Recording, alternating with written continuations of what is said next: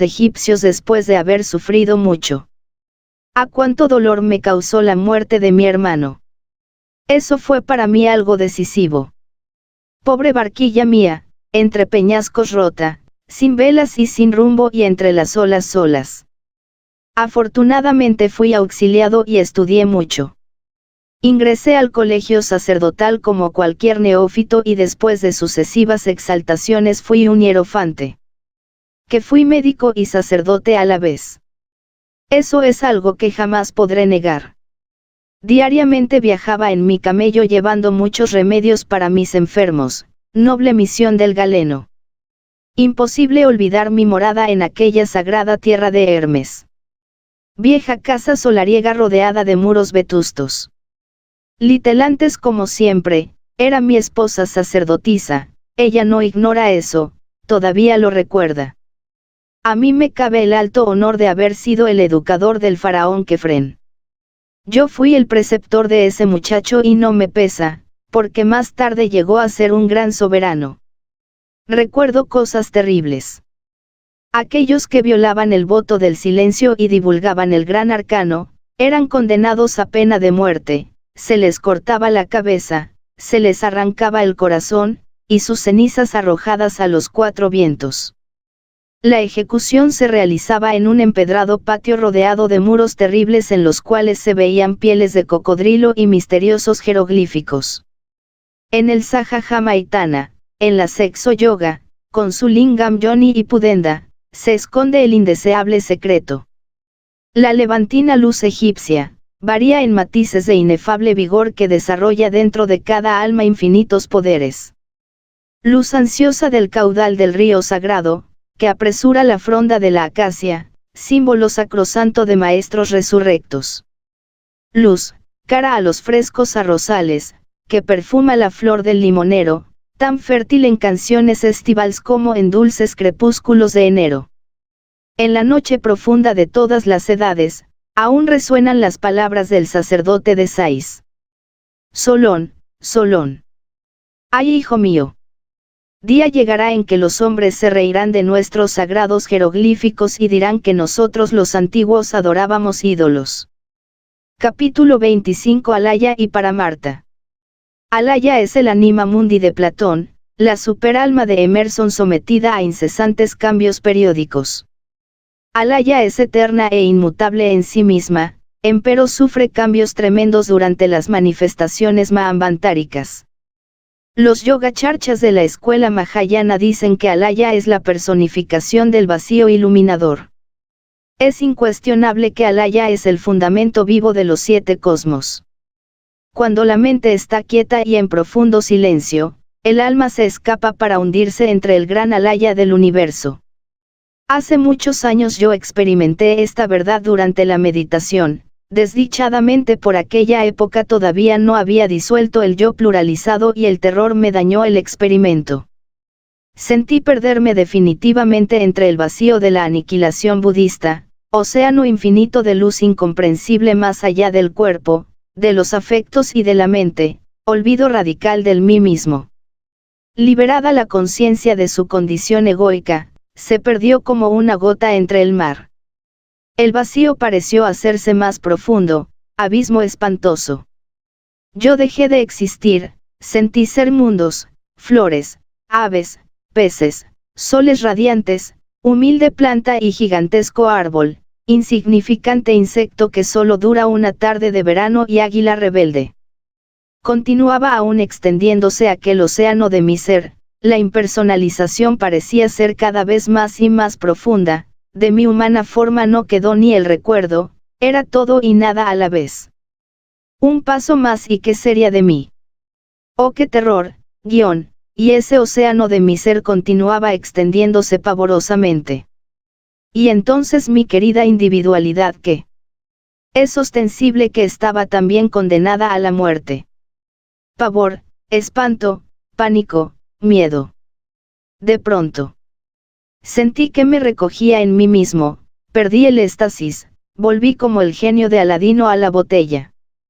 Entré en el tiempo, quedé enfrascado entre el ego, pobre Mefistófeles estaba el infeliz temblando cobardemente, así es Satán.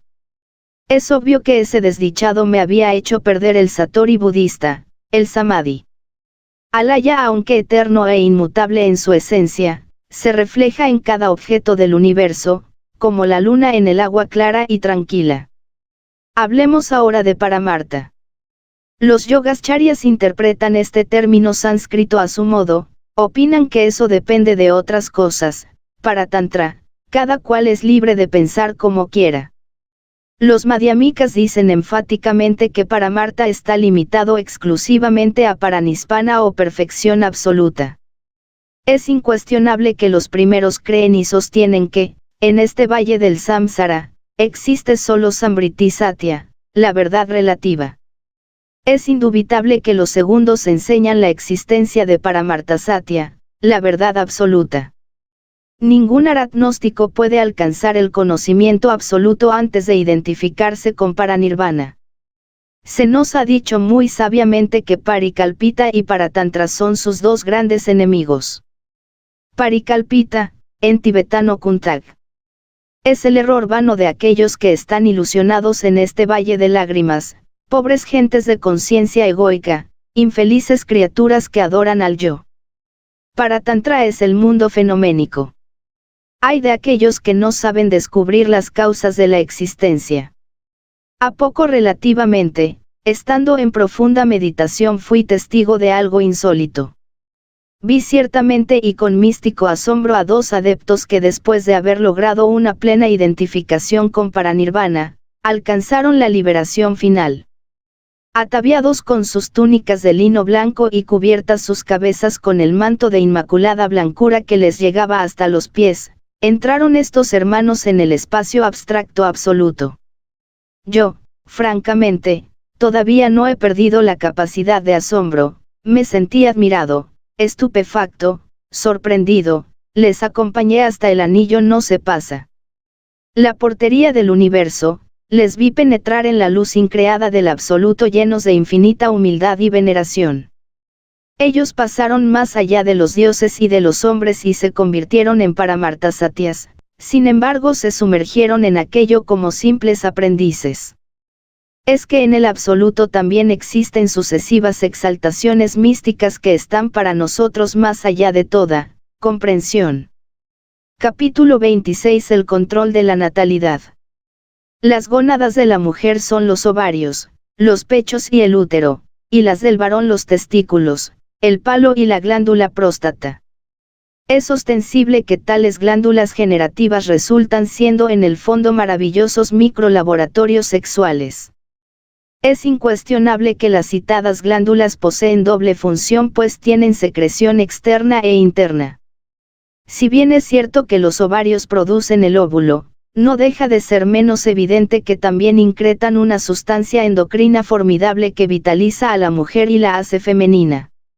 Es verdadero, efectivo y real, que los testículos tienen el ENS seminis, la entidad del semen, como secreción externa entre la cual flotan los zoospermos que de hecho vienen a ser los gérmenes vitales de la existencia. La increción hormonal íntima de la corteza de los testículos es el poder maravilloso que da energía al varón y que lo hace esencialmente masculino. El macho normal es el que tiene gónadas masculinas normales. Los ovarios regulan muy sabiamente la distribución del calcio en la mujer y esto ya está demostrado. El desmesurado número de embarazos por razón de circunstancias, origina los terribles casos de osteomalacia o deformidades por huesos blandos, que son tan comunes en los distintos países densamente poblados del mundo en que vivimos. Se ha podido verificar científicamente que los embarazos muy frecuentes usan en verdad todas las reservas del calcio, y entonces es obvio que los huesos se resienten. Cualquier médico puede patentizar, evidenciar por sí mismo que muchas mujeres padecen molestias en la dentadura durante la preñez. En los hombres los testículos, también llamados intersticiales, regulan el calcio en los huesos, dándoles fuerza y estabilidad. A través de muchos años de observación y experiencia, los sabios han podido verificar que el varón de huesos muy fuertes es por regla general muy viril sexualmente. Ya está completamente comprobado mediante observaciones científicas profundas, que algunas de las endocrinas actúan inteligentemente como aceleradoras de las glándulas sexuales y otras disminuyen dicha acción. Eminentes biólogos, de los cuales no podemos dudar, conceptúan que la glándula timo detiene el apetito sexual. Se sabe que los ovarios emiten óvulos cada 28 días de acuerdo con el ciclo lunar. Es evidente que tal gameto femenino es recogido en una de las trompas de Falopio y conducido al útero, en donde debe encontrarse con el germen masculino, espermatozoide, si es que una nueva vida ha de empezar. Está demostrado hasta la saciedad que no existe en la vida fuerza más impelente en su expresión que el esfuerzo que hacen los gérmenes masculino y femenino por encontrarse. El control de la natalidad es un delito, el control de la fecundación es un deber. Por estos tiempos de crisis mundial y explosión demográfica, existen por ahí 3 sistemas absurdos para el control de la fecundación. A. Físico. B. Químico. C. Biológico. Se incluyen dentro del primer sistema, pesarios, espirales, condones, membranas, etc. El segundo sistema comprende pomadas espermaticidas a base de arsénico, mercurio, etc. Venenos celulares. Dentro del tercer sistema se encuentran incluidas las píldoras anovulatorias, ligaduras de trompas o de cordón espermático, Ovulen 28, Anoblar 21, retes, etc. Es obvio que todos los procedimientos físicos anticonceptivos, mecanicistas en un 100%, además de originar destrucciones orgánicas muchas veces irreparables, relajan en forma radical la ética humana y conducen a la degeneración. Es incuestionable que las pomadas de todo tipo aplicadas a la vagina, causan irritaciones químicas y desequilibrios en las células del cuello de la matriz. Es indubitable que todos los anovulatorios biológicos, aquello que evite la caída del óvulo a la matriz, causa espantoso desequilibrio del maravilloso eje hipófisis-gónadas. Es indispensable comprender a fondo el tremendo poder de esos agentes vitales llamados lisosomas, sin los cuales jamás podría mantenerse vivo el núcleo de la célula orgánica. Es a todas luces manifiesto, claro y positivo, que los lisosomas estabilizados del zoospermo y óvulo originan sanas y fuertes. La píldora anticonceptiva y demás elementos biológicos y químicos destruyen los lisosomas de zoospermos y óvulos, originando entonces, criaturas enfermas, locos, paralíticos, sordomudos, ciegos, idiotas, homosexuales, mujeres lesbianas, etc. Los hombres de ciencia han podido verificar por sí mismos, que las pomadas aplicadas al cuello de la matriz con el propósito de bloquearla, destruyen lisosomas celulares. Esos lisosomas destruidos actúan libremente aniquilando células y originando úlceras y cáncer en las paredes vaginales y cuello de la matriz. Los lisosomas en plena actividad armoniosa, dentro de la célula viva, constituyen el fundamento de la existencia. Existen variadas formas de lisosomas. Amilasas, hidratos de carbono. Lipasas, grasas. Catalasas.